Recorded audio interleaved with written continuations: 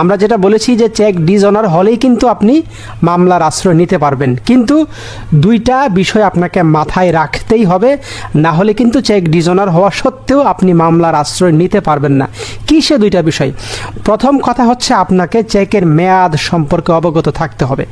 চেকের মেয়াদ আমরা জানি যে 6 মাস, অথবা কিছু কিছু চেকের ক্ষেত্রে মেয়াদটা আরও কম বলা থাকে। ঠিক আছে, সো চেকে যদি কোনো মেয়াদ উল্লেখ করা না থাকে সেক্ষেত্রে আপনাকে বুঝতে হবে যে চেকের গায়ে যে তারিখ লেখা আছে সেই তারিখ থেকে 6 মাসের মধ্যে আপনাকে চেকটি ব্যাংকে প্রেজেন্ট করতে হবে।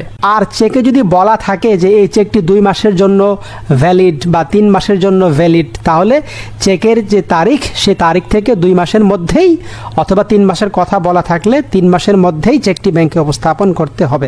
দ্যাট ইজ 6 মাস অথবা চেকে যে মেয়াদ উল্লেখ থাকবে এই 2 মেয়াদের মধ্যে যেটা কম সেই সময়ের মধ্যে আপনাকে চেকটি ব্যাংকে উপস্থাপন করতে হবে। এখন কারো কারো মনে হয়তো প্রশ্ন জাগতে পারে যে আমি কি কেন 6 মাস অপেক্ষা করব? চেকের তারিখে বলা আছে যে 25শে জুলাই 2025, তাহলে আমি 20শে জুলাই 2025 চেকটাকে প্রেজেন্ট করে ফেলি, অর্থাৎ চেকে যে তারিখটা উল্লেখ করা আছে সে তারিখটা বা সে সময়টা আসার আগেই আমি চেকটা ব্যাংকে প্রেজেন্ট করে ফেলি। না, সেটা করলেও হবে না। আপনাকে চেকের মেয়াদ উত্তীর্ণ হওয়ার আগেই চেকটা প্রেজেন্ট করতে হবে। আবার চেকের যে তারিখ সে তারিখ আসার আগেই আপনি চেক ব্যাংকে প্রেজেন্ট করলে হবে না।